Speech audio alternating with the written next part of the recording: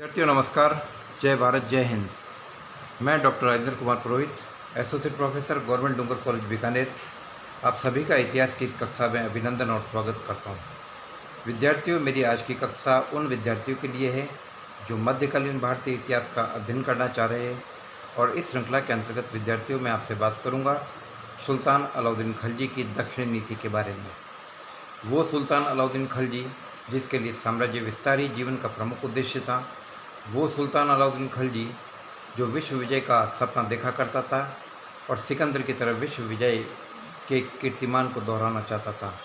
वो अलाउद्दीन खिलजी जिसने अपने आप को सिकंदर सानी अर्थात द्वितीय सिकंदर के नाम से संबोधित किया, वो अलाउद्दीन खिलजी जिसके बारे में इतिहासकार जियाउद्दीन बर्नी ने लिखा है, उसके साम्राज्य के बारे में स्पष्ट रूप से लिखा और कहा है कि बादशाह दो स्तंभों पर निर्भर करती है, पहला स्तंभ है विजय और दूसरा स्तंभ है सेना। तो मैं आपको बात करना चाहता हूँ विद्यार्थियों कि सुल्तान अलाउद्दीन खिलजी एक ऐसा सुल्तान था जिसके बादशाह के दोनों स्तंभ, चाहे सेना हो चाहे विजय हो, ये दोनों ही मजबूत थे, और जब तक सेनाएं मजबूत थी तब तक उसके विजय का क्रम निरंतर चलते रहा। अलाउद्दीन खिलजी उन शक्तिशाली सुल्तानों में से एक था जिसके समय में दिल्ली सल्तनत की सीमाएं अपनी चरम सीमा पर जा पहुंची। सुल्तान अलाउद्दीन खिलजी ने न केवल उत्तरी भारत के अभियान सफलतापूर्वक संपादित किए, बल्कि दक्षिणी भारत में भी उसने अपनी विजय पताका को फहराया। तो आइए विवेचन करते हैं सुल्तान अलाउद्दीन खिलजी के बारे में। सुल्तान अलाउद्दीन खिलजी जिसके बारे में कहा जाता है कि वो पहला मुस्लिम सेनापति था जिससे कि दक्षिण भारतीय अभियान किया। एक सेनापति के रूप में अपने चाचा और अपने ससुर जलालुद्दीन फिरोज खिलजी के एक सेनापति के रूप में उसने दक्षिणी भारत के विजय अभियान को संपादित किया, और इस श्रृंखला के अंतर्गत उसने 1296 में देवगिरी की यादव सल्तनत को जीता। और इसके बाद एक सुल्तान की हैसियत से उसकी तरफ से उसके सेनापति मलिक काफूर ने न केवल देवगिरी विजय के कारनामे को 1306-7 में दोहराया, बल्कि उसके बाद उसने पड़ोस में स्थित द्वार समुद्र के होयसल राज्य को जीता। इसके बाद वारंगल के काकती राज्य को जीता गया, और मदुरा के पांड्य राजवंश में भी खिलजी राजवंश की सत्ता और का परचम बुलंद किया गया। तो विद्यार्थियों, दक्षिण भारतीय नीति को विस्तृत तौर पर समझने से पहले हमें कुछ बातें जानना जरूरी है कि अलाउद्दीन खिलजी पहला मुस्लिम सेनापति था जिसने कि दक्षिण विजय को संपादित किया। अलाउद्दीन खिलजी पहला सुल्तान था, पहला मुस्लिम सुल्तान, इवन उसको कह सकते हैं कि पहला शासक था जिसने कि दक्षिण भारत में विजय पताका फहराई। तो दक्षिण भारतीय नीति को समझने से पहले हमें ये जानना जरूरी है कि दक्षिण में ऐसा क्या था जो कि अलाउद्दीन खिलजी ने दक्षिण विजय की, और दक्षिण विजय के संदर्भ में अलाउद्दीन की क्या नीति रही। विद्यार्थी, मैं आपको बताना चाह रहा हूँ कि अलाउद्दीन ने दक्षिण के राज्यों को जीतने के बाद दक्षिण के संदर्भ में उसी नीति को अपनाया जिसका अनुकरण उससे लगभग 1000 साल पहले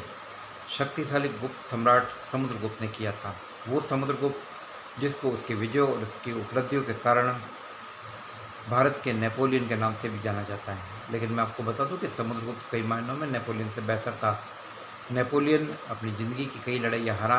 और अपने जीवन की कुछ लड़ाइयाँ वो इस तरीके से हारा कि उसके जीवन का बचा कुचा समय एक कैदी के तौर पर जेल के अंदर बीता, और वह एक कैदी की तरह ही मरा। लेकिन समुद्रगुप्त अजय और अमर कीर्ति वाला शासक था जिसने कि अपनी ज़िंदगी में कोई लड़ाई नहीं हारी। तो समुद्रगुप्त ने जब दक्षिणी भारत जीता तो वो ये जानता था कि पूर्वी भारत से बैठकर, पाटलिपुत्र से बैठकर यातायात और दूरसंचार के साधनों के अभाव में दक्षिण को पूरी तरीके से नियंत्रित नहीं किया जा सकता। इसलिए उसने दक्षिण के राज्यों से अपनी अधीनता स्वीकार करवाई, उनसे कर जमा कराने का वचन लिया,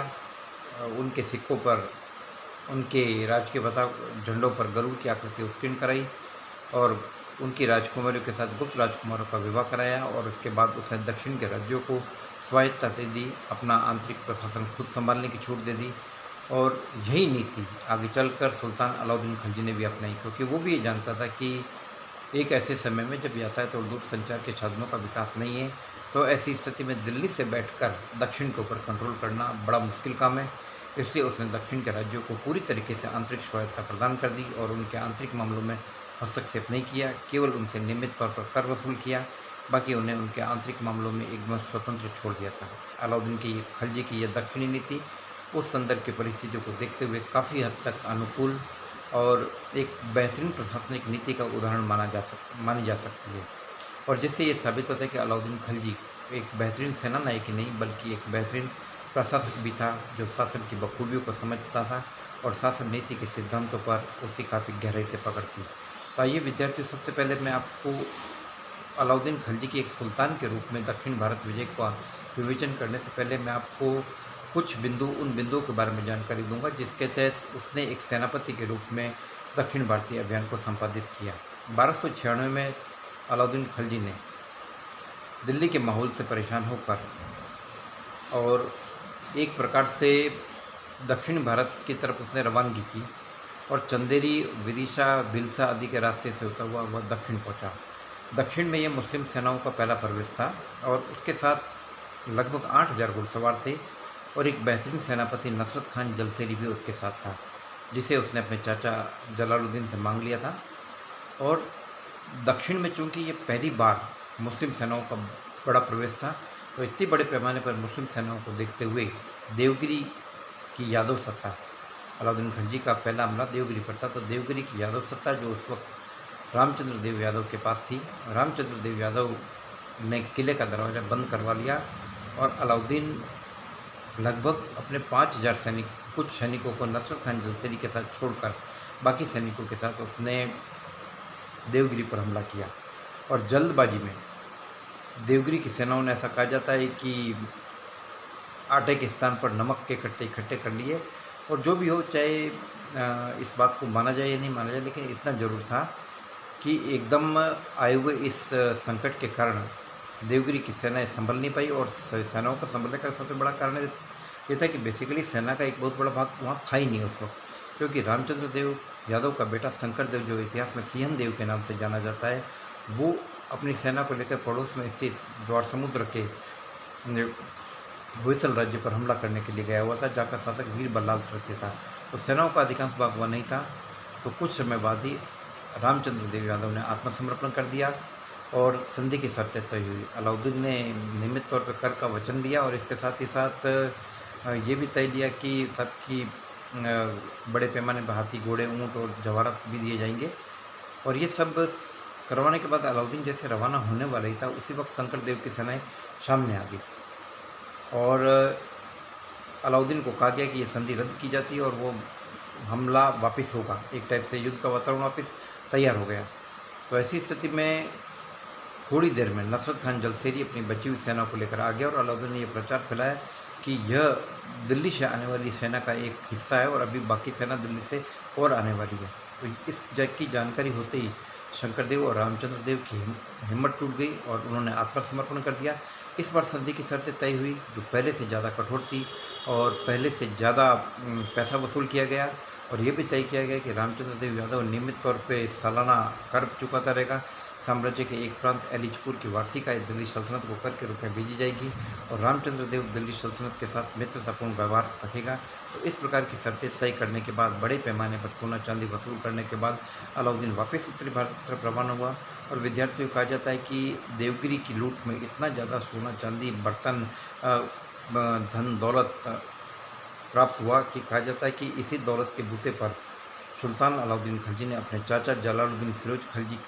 की सत्ता का तख्ता पलट किया। जलालुद्दीन फिरोज खिलजी की हत्या की और बहुत सारे जलाली सरदारों को धन का लोभ देकर, लालच देकर खुले हाथों से उस धन का वितरण करके, जो उसको देवगिरी से दक्षिण से मिला, उसका वितरण करके अलाउद्दीन ने बड़े पैमाने पर लोगों को अपने साथ जोड़ा और अपनी सत्ता को मजबूत करने में इस धन का उपयोग किया। तो कहा जाता है कि दक्षिण अलाउद्दीन के लिए एक प्रकार से उत्तरी भारत की चाबी साबित हुआ, सल्तनत की चाबी साबित हुआ और सल्तनत पर काबिज होने में, दिल्ली का नया सुल्तान बनने में देवगिरी की लूट, देवगिरी के मिले हुए धन की भूमिका बहुत ही ज़्यादा महत्वपूर्ण थी। विद्यार्थियों, अब हम बात करेंगे, जब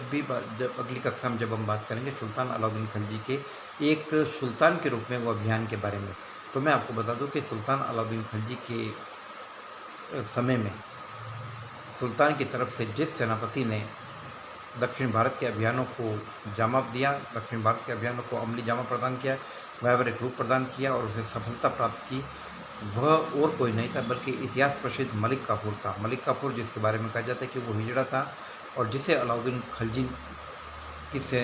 के द्वारा खंभात में 1000 दिनार में खरीदा गया था। चूँकि 1000 दिनार में ये खरीदा गया था, इसलिए इसको विद्यार्थियों इतिहास में काफूर 1000 दिनारी के नाम से जानते हैं। यह 1000 दिनारी काफूर अलाउद्दीन खिलजी का एक महान सेनापति साबित हुआ, जिसने अलाउद्दीन खिलजी की तरफ से दक्षिण भारत के विजय अभियानों को संपादित किया। पहले देवगिरी, उसके बाद द्वार समुद्र, फिर काकतीय राजवंश, वारंगल का तेलंगाना का काकतीय राजवंश और मदुरा में भी दिल्ली सल्तनत के और अलाई सत्ता के परचम को फहराया गया। तो किस प्रकार से दक्षिण भारत में अलग अलग वर्षों में किन किन वर्षों में दिल्ली सल्तनत की सत्ता का विस्तार हुआ, अलाउद्दीन खिलजी की सेनाओं ने किन किन वर्षों में कौन से राज्यों को जीता, कौन कौन सी प्रमुख घटनाएं थी, इन सभी घटनाओं के बारे में विस्तार से आगे पार्ट 2 में बात करूंगा। जय भारत, जय हिंद।